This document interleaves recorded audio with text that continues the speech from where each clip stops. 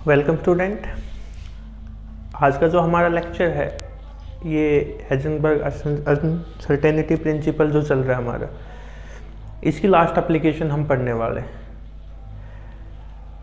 आज हम जो टॉपिक करने वाले हैं ये लगा लो कि जो हार्मोनिक ऑक्सीलेटर है, ये आप शायद +1 क्लास में भी आपने पढ़ा है। इसको आप आगे जाओगे तो MSc तक पढ़ने वाले। इम्पोर्टेंट टॉपिक है ये, तो लगा लो कि अभी स्टार्टिंग है, ये तो बहुत लेंथी टॉपिक होने वाला है, आगे जाएगा। इम्पोर्टेंट है, रटने की कोशिश मत करना, बिल्कुल सिंपल हम इसको करने वाले हैं। तो ज़्यादा टाइम ना लगाते हुए इसको शुरू करते हैं। हमने एक इक्वेशन लिख रखी है टोटल एनर्जी के लिए। E = ये काइनेटिक एनर्जी है, ये पोटेंशियल एनर्जी हाफ kx² करके आपने पहले पढ़ा होगा। k की वैल्यू m⍵² हमारे पास। ये एंगुलर वेलोसिटी के केस में हमने कई बार यूज़ किया है। कहने का मतलब ये है, यदि फिर भी आपको ना समझ में आए तो इतना ध्यान रख लेना यहाँ पे, ये काइनेटिक एनर्जी है। ये हमारी जो इस तरीके से होती थी ना, हाफ kx², ये होती थी हमारे पास, तो उसी की फॉर्म में है ये पोटेंशियल एनर्जी हमारे पास। ठीक है, अब हमने एक ऑक्सीलेटर माना है। अब जो डायमेंशन है उसके, वो हमने a लेके चले हैं। किस तरीके से? अनसर्टेनिटी डेल x वो x के इक्वल, नियरली इक्वल हमने मान ली है, और ये किसके इक्वल मान लिया? वही पहले की तरह a। अब जो हमारा प्रिंसिपल है वो क्या कहता है कि भाई del x dot del px is equal to h/2। यही है हमारा प्रिंसिपल। अब यहाँ से यदि मैं लिखूं तो px, या फिर यहाँ पे इसको इस तरीके से हम लिख सकते हैं, px is equal to h/2 del x लिख सकते हैं। अब हमने डेल x की वैल्यू तो a निकाल दी है यहाँ पे, सो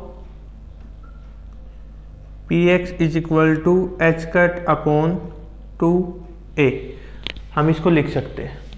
ठीक, अब हमें इसका यूज कहाँ पे करना है भाई? यूजिंग दिस रिजल्ट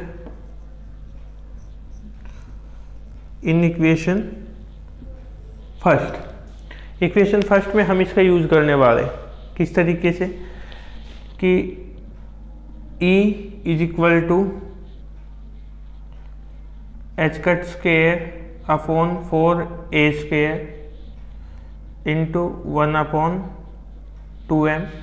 px का स्क्वायर था, h का स्क्वायर 4, 2 का स्क्वायर 4, a की जगह पे a² हमने लिख दिया, प्लस 1/2 m⍵²a²। x की जगह दोबारा हमने क्या पुट कर दी है वैल्यू भाई? इसमें a हमने पुट कर दी। ठीक है, ये इसको आप चाहो तो और थोड़ा सिंपलेस्ट फॉर्म में लिख सकते हो। क्या आ जाएगा फिर? h² 8m⍵² plus 1/2 m⍵²a²। ई की वैल्यू कभी आउट ऑफ फ्रेम ही तो नहीं जा रहा है? कोई बात नहीं, थोड़ा बहुत है नीचे का, वो आप कर लोगे। h² है अपॉन 8ma² है, नीचे नहीं आ रहा भैया। अब शायद आप देख पाओ इसको। अब सही। तो ये है हमारे पास आगे ई की वैल्यू। अब हमें एक बात पता है। क्या बात पता है भाई? पहले बात तो इसको एक इक्वेशन कंसिडर कर लो। इक्वेशन नंबर 2 आ गई हमारे पास, इंपॉर्टेंट रहने वाली है ये, आगे तक इसका यूज करेंगे हम। अब इसमें क्या है कि जो एनर्जी है वही तो ग्राउंड स्टेट की मानते हैं, जो लोअर स्टेट है हमारे पास, और वो क्या होती? मिनिमम होगी ग्राउंड स्टेट। ये पिछले वाले में भी पढ़ा था। If energy of lowest state जो हमने कल भी यूज की थी भाई, या फिर इसको अलग तरीके से लिख लेते,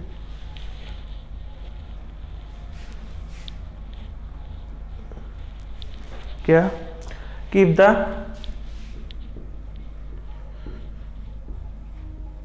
lowest energy state of oscillator is ground state, then E is minimum, that is। अब यहाँ पे किस बात का ध्यान में रखना है भाई हमें कि जो पिछले वाले में किया था ये वैल्यू किसके इक्वल होगी हमारे पास, 0 के इक्वल होने वाली। ठीक है, करो differentiation. D by d a किसके इक्वल होगा, एच कट का square upon 8m as it is. इसका क्या होगा भाई, -2 upon a cube plus 1/2 m omega square 2a। A square का क्या हो जाएगा 2a। अब इसमें से यदि कुछ कैंसिल होता है तो उसको हम साथ साथ कैंसिल कर देंगे। कैंसिल होने के बाद क्या बचेगा भाई, minus h cut square upon 4, ये m स्क्वायर आएगा भाई इधर, नहीं m एज इट इज आएगा, 4m a क्यूब। ठीक है, plus m omega square a, ये वैल्यू आ गई। अब as d by d a किसके इक्वल है भाई, 0 के इक्वल है, तो हम इसको लिख सकते हैं minus h cut upon 4m a cube plus m omega square a is equal to 0। इसका मतलब क्या हुआ कि m omega square a is equal to H cut square upon 4m a cube. अब a क्यूब को उधर भेज देंगे, a के पहले ही है हमारे पास, तो a की power 4 is equal to H cut का स्क्वायर अपॉन 4m नीचे आएगा m स्क्वायर ओमेगा स्क्वायर। हो गया, यहाँ तक बिल्कुल इजी है, कुछ भी नहीं, सिंपल मैथमेटिकल पोर्शन। अब a4 है यहाँ पे, तो दोनों साइड रूट लेंगे तो a स्क्वायर बचेगा इधर, a square is equal to H cut upon 2m omega, क्योंकि यहाँ पे भी 4 का रूट 2 m स्क्वायर का m omega as it is.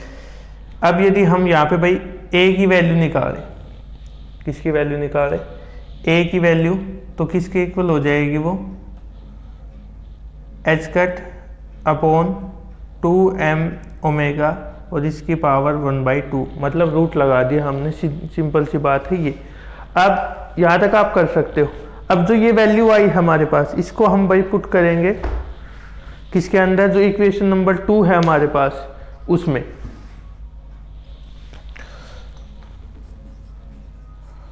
Put in equation 2, energy की वैल्यू हम वहीं से फाइंड आउट करेंगे इसकी, शायद नोट डाउन कर लिया होगा आपने साथ साथ। बिल्कुल सिंपल है, यहाँ तक प्रिंसिपल हमें पता था। ये इक्वेशन आपको ध्यान में रखनी है कि एनर्जी की हमें कंसीडर करनी। इक्वेशन आ गई हमारे पास एनर्जी की, उसके बाद डायरेक्ट एक हमने जो डायमेंशन लेके चलना, जो हम पहले भी लेके चले हैं, वो हमने ए मान ली इसमें।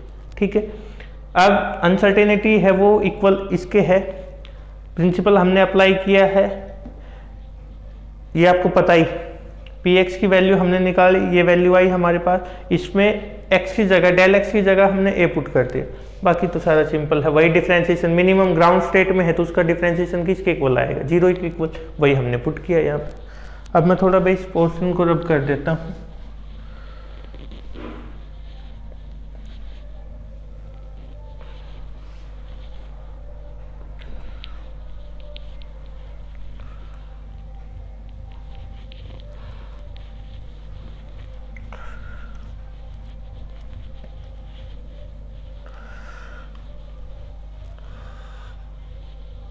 इक्वेशन 2 भी साफ हो गई,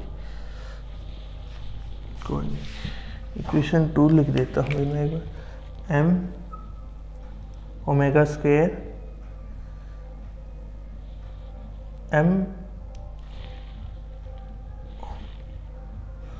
ओमेगा स्क्वायर a स्क्वायर, हाँ यही। अब भाई वैल्यू पुट करते हैं हम इसमें, तो e मिनिमम लिख रहा हूँ मैं अब इसको, is equal to H cut square upon 8m। A square की वैल्यू क्या आई हमारे पास, H cut into 2m omega plus 1/2 m omega square, a square की जगह क्या लिखेंगे, H cut upon 2m omega. ये वैल्यू हमने लिख दी। कैंसिल क्या हो रहा है भाई, m से m कैंसिल 4, फिर इससे करूँ कैंसिल, एक तो ये टर्म कैंसिल होगी भाई, m से m कैंसिल, ये कैंसिल हो गया यहाँ पे 4, और h कट से ये पावर कैंसिल, इधर m से m ये कैंसिल हो गया,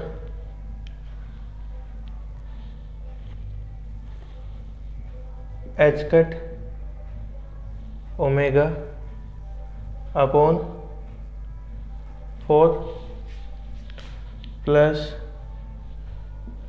एच कट ओमेगा अपॉन 4, ये वैल्यू आई भाई। 1/4 और 1/4 ऐड करेंगे तो कितना हो जाएगा, ई मिनिमम की वैल्यू कितनी आ जाएगी हमारे पास, एच कट अपॉन 2।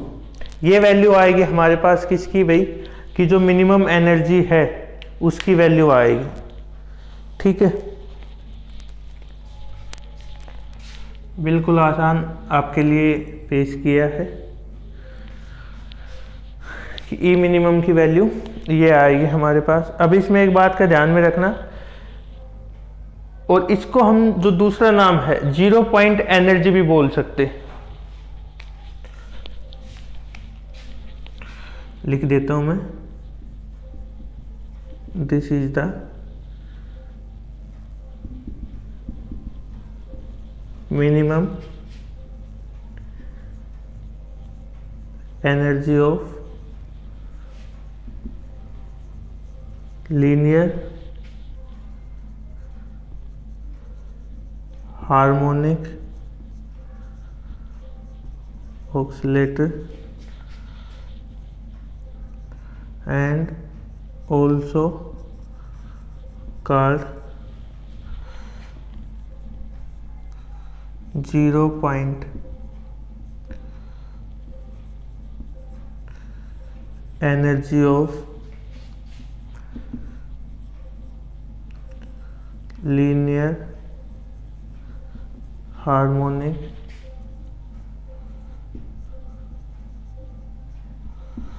ऑसिलेटर, ठीक है। तो ये था आपका आज का टॉपिक। इसके साथ भाई हमारी एप्लीकेशन भी कंप्लीट होती है। नेक्स्ट लेक्चर में हम, अब शायद इसके 2 टॉपिक बचे हैं, फिर हमारा पहला जो यूनिट है आपके बुक के हिसाब से वो कंप्लीट हो जाएगा, ठीक है। Thank you.